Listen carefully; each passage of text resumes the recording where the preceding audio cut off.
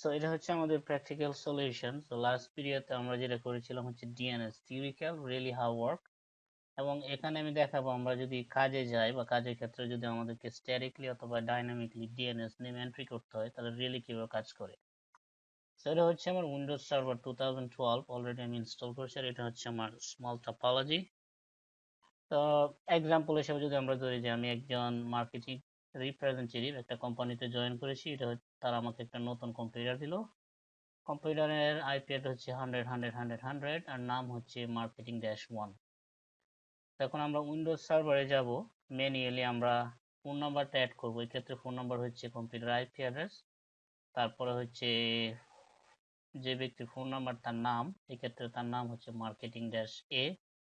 যদি হিউম্যান হইতো তাহলে হিউম্যান নাম, যেহেতু এটা মার্কেটিং ডিপার্টমেন্টের কম্পিউটার আমরা দেবো marketing-a। পরবর্তী কম্পিউটার marketing-3, 4, 5 এভাবে হায়ারার্কিক্যাল ভাবে নামগুলো সাজাতে হয়।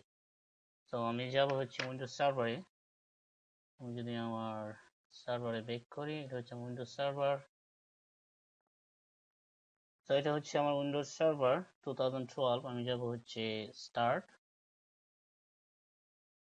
স্টারে ক্লিক করব, তারপর হচ্ছে সার্ভার ম্যানেজার, ডাবল ক্লিক করব, সার্ভার ম্যানেজার স্টার্টিং হচ্ছে। তারপরে যাব হচ্ছে উইন্ডোজ সার্ভার ক্ষেত্রে যাব হচ্ছে টুলস, ডিএনএস, এটা হচ্ছে আমার ডিএনএস এন্ট্রি। তো আমি যাব হচ্ছে forward zone, double click, corp local, এটা হচ্ছে আমার ফোল্ডার। তো আমরা এখানে রাইট ক্লিক করব, এখানে রাইট ক্লিক করব, তো হচ্ছে নিউ হোস্ট তারপর নিউ হোস্ট ক্ষেত্রে হচ্ছে মার্কেটিং, কে MARKETING-1। তারপর মার্কেটিং এটা হচ্ছে নাম। তো আমি যদি ডায়াগ্রামে আমার ব্যাক করি, এটা হচ্ছে আমার মার্কেটিং হচ্ছে নাম, তারপর হচ্ছে ফোন নাম্বার, আর এক্ষেত্রে আমাদের ফোন নাম্বার তো হবে না, হবে হচ্ছে আইপি অ্যাড্রেস। তো আমি আমার সার্ভারে যদি রিটার্ন যাই, এক্ষেত্রে আইপি অ্যাড্রেস হচ্ছে 100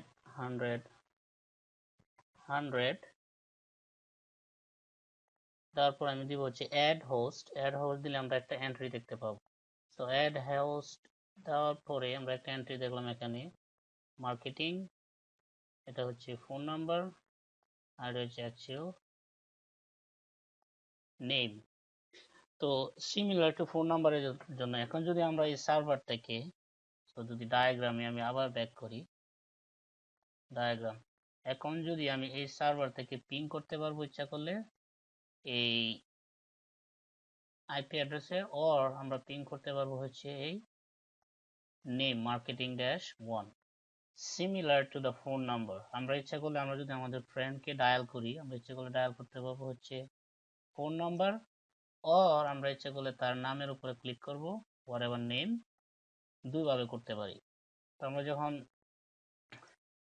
তখন আমরা যদি এই কম্পিউটার থেকেও ইভেন এই কম্পিউটারে এই মার্কেটিং নেমটাকে আমরা পিং করতে পারবো, সেও যদি তার এন্ট্রি এই সার্ভারে জমা থাকে, তখন সে সার্ভারের কাছে যাবে, হে সার্ভার বলে হে আমি পিং করতে চাই marketing-1, সার্ভার বলবো ওকে marketing-1, আমি তার নাম্বার জানি হচ্ছে 100, তখন সার্ভার কাছ থেকে ব্যাক আসবে পিসির কাছে, এই পিসি তখন সুইচের ভিতর দিয়ে এই পিসি কে পিং করবে। তো সবকিছু সেন্ট্রালাইজ হতে হবে সার্ভারের ভিতরে। তো আমি সার্ভারে যাই, এক্সাম্পল আমি যদি এখন পিং করি marketing-a আইপি অ্যাড্রেসের পরিবর্তে, তো আমি দেখবো আমি পিং করতে পারতেছি। এটা আমার সার্ভার না, এটা হচ্ছে আমার সার্ভার। যে এক্সিট আউট করি, এবং এক্সিট আউট করার আগে, পিং করার আগে আমি দেখতেছি সার্ভার কাছে এনএস লুকআপ। আমি যখন এনএস লুকআপ দিচ্ছি আমার সার্ভার বলতেছে এটা হচ্ছে টিএনএস, সার্ভার নিজেই। তো আমি যদি টাইপ করি হচ্ছে এখন 100, আমি যদি বলি যে এই নাম্বারের বিপরীতটা, এই নাম্বারটা কার, ব্যক্তির নাম কি, আমি যদি এন্টার দিই, তখন আবার বলি এই নাম্বারটা হচ্ছে marketing-a। তো আমরা যদি রিভার্স দেখতে চাই, আমরা দুইভাবে দেখতে পারি। হয় আমরা নাম্বারে ডায়াল করতে পারি অথবা নামে ডায়াল করতে পারি। আমরা যদি রিভার্স দেখতে চাই, এনএস লুকআপ, যে এই আইপি অ্যাড্রেসটা মার্কেটিং মার্কেটিং ড্যাশ এ, তার আইপি অ্যাড্রেস কি অথবা তার ফোন নাম্বার কি, আমরা যদি এন্টার দিই, ns lookup দেব, তার IP অ্যাড্রেস হচ্ছে 100 100 100। আমরা দুইভাবে রিভার্স। এখন যদি আমি পিং করি আইপি সার্ভার থেকে, আমি যদি পিং করি পিং মার্কেটিং ড্যাশ এ, এটা পিং হচ্ছে 100 100 100। আমি যদি পিং করি 100 100 100, সো এটাও আমার পিং হচ্ছে। সো আমি যেটা করলাম, যদি আবার টপোলজিতে ব্যাক করি, আমি সার্ভার থেকে পিং করলাম হচ্ছে ফার্স্ট 100 100 100, তারপর আরেকটা পিং করলাম হচ্ছে মার্কেটিং ড্যাশ এ। এবং সিমিলারলি যদি আমাদের আরো কম্পিউটার থাকে, আমরা এই সার্ভার থেকে ইচ্ছা করলে পিং করতে পারবো হচ্ছে আইপি অ্যাড্রেস, ইচ্ছা করলে পিং করতে পারবো মার্কেটিং ড্যাশ 2। কিন্তু সবগুলো ডাটা এন্ট্রি ডিএনএস নেমে সার্ভারে রিজার্ভ থাকতে হবে। এবং আরেকটা কন্ডিশন হচ্ছে এই সবগুলোর পিসি পিং থাকতে হবে সার্ভার কাছে, হচ্ছে ফার্স্ট কন্ডিশন। যদি পিং না থাকে তাহলে ডিএনএস রেজলিউশন হবে না। তো আমি যেটা করেছি যে আমি যদি উইন্ডোজ 7 এ ব্যাক করি, উইন্ডোজ 7 আমি অলরেডি করছি, উইন্ডোজ 7, এটা হচ্ছে উইন্ডোজ 7। এই পিসি আমি বলছি যে তোমার ডিএনএস আইপি হচ্ছে এইটা। তুমি যদি কোনো ডিএনএস নেম রেজলিউশন করতে হয়, তুমি সার্ভারকে জিজ্ঞাসা করবা। আমি যদি উইন্ডোজ 7 এ যাই, তো আমি উইন্ডোজ 7 কে অলরেডি ম্যানুয়ালি অ্যাসাইন করে ফেলছি।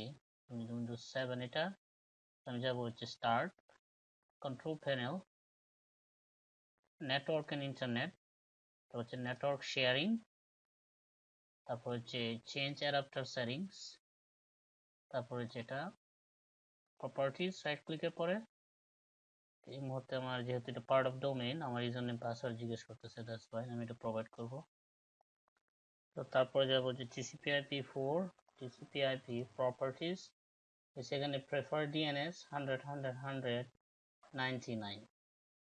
তো আমি যদি টপোলজিতে দেখি যে আমি অলরেডি পিসিকে অলরেডি ম্যানুয়ালি বলেছি তোমার ডিএনএস সার্ভার হচ্ছে এটা। কিন্তু এখানে একটা সমস্যা আছে, আমরা তো শুধু লোকাল নামগুলো রিজলভ করতেছি। যদি আমি যদি ডায়াগ্রামটা একটু জুম ইন করি, এটা ছোট করি, এটা হচ্ছে আমাদের অর্গানাইজেশন ডিজাইন। এটা তো আমরা যদি পিসি গুলো যদি আমাদের কোম্পানির ভিতরে হয়, আমরা যদি গুগল অথবা ইয়াহু আউটসাইড ইন্টারনেট ব্রাউজ করতে চাই, তাহলে ডিএনএস এন্ট্রি কোথা থেকে আসবে? সো লাস্ট ভিডিওতে আমি আগে বলেছিলাম, যদি এটা লোকালি অ্যাভেলেবেল না হয়, তখন ডিএনএস এদিক দিয়ে যায় রাউটারের ভিতরে, যে ইন্টারনেট সার্ভিস প্রোভাইডার, এক্ষেত্রে যদি আমাদের ভেরাইজন হয়, তো ভেরাইজনের সিমিলার এরকম ডিএনএস সার্ভার আছে, তখন এই কোয়ারি মেসেজ চলে যাবে ইন্টারনেটে। ইন্টারনেটে যখন চলে যাবে, যদি ভেরাইজনে যদি google.com অ্যাভেলেবল থাকে, তখন পাবলিকলি আমাদের ডেস্কটপে আসবে। আবার যদি ভেরাইজনে যদি না থাকে, তাহলে চলে যাবে হচ্ছে রুট ডিএনএস, যেটা হচ্ছে master database. So root DNS এ সবগুলো ডিএনএস নেম মাস্ট থাকবে, কারণ এখান থেকে সব কোম্পানি, ইন্ডিভিজুয়াল, .com .net, যে কোনো ওয়েবসাইট আমরা পারচেস করি বিভিন্ন থার্ড পার্টির মাধ্যমে, সবাই এই রুট ডিএনএস থেকে সবগুলো আসে, সবাইকে রুট ডিএনএস এর সাথে রেজিস্টার করতে হবে। সো এটা হচ্ছে হায়ারার্কি।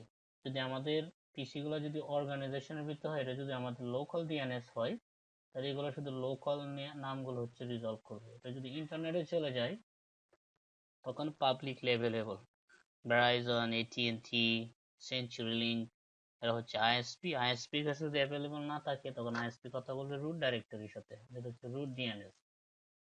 তো এখন আমি যদি আমার পিসিতে বলি, এই পিসিতে যদি আমরা আরেকটা ডিএনএস এন্ট্রি অ্যাড করি, সিমিলার ওয়ে আমি যদি পিসিতে ব্যাক করি, আমি যদি বলি যে অল্টারনেটিভ ডিএনএস, যদি বলি গুগল ডিএনএস, এটা হচ্ছে গুগল ডিএনএস সার্ভার 8.8.8.8.8। তো আমি যদি বলি যে এই ডিএনএস 99, এই ডিএনএস এ তুমি যখন কোয়েরি করার পর যদি কোনো কিছু না পাও, তাহলে তুমি জিজ্ঞাসা করো 8.8.8, যেটা হচ্ছে পাবলিকলি ইন্টারনেটে অ্যাভেলেবল। তখন আমাদের পিসি পাবলিকলি গুগল ডিএনএস রিজলভ করবে ইন্টারনেটের ভেতর থেকে। এটা হচ্ছে মূলত শর্টকাট ডিএনএস। তো নেক্সট ভিডিওতে আমরা যেটা দেখবো সেটা হচ্ছে ডিএসসিপি, কিভাবে ডিএসসিপি কাজ করে এবং ডিএসসিপি কিভাবে অ্যাসাইন করে।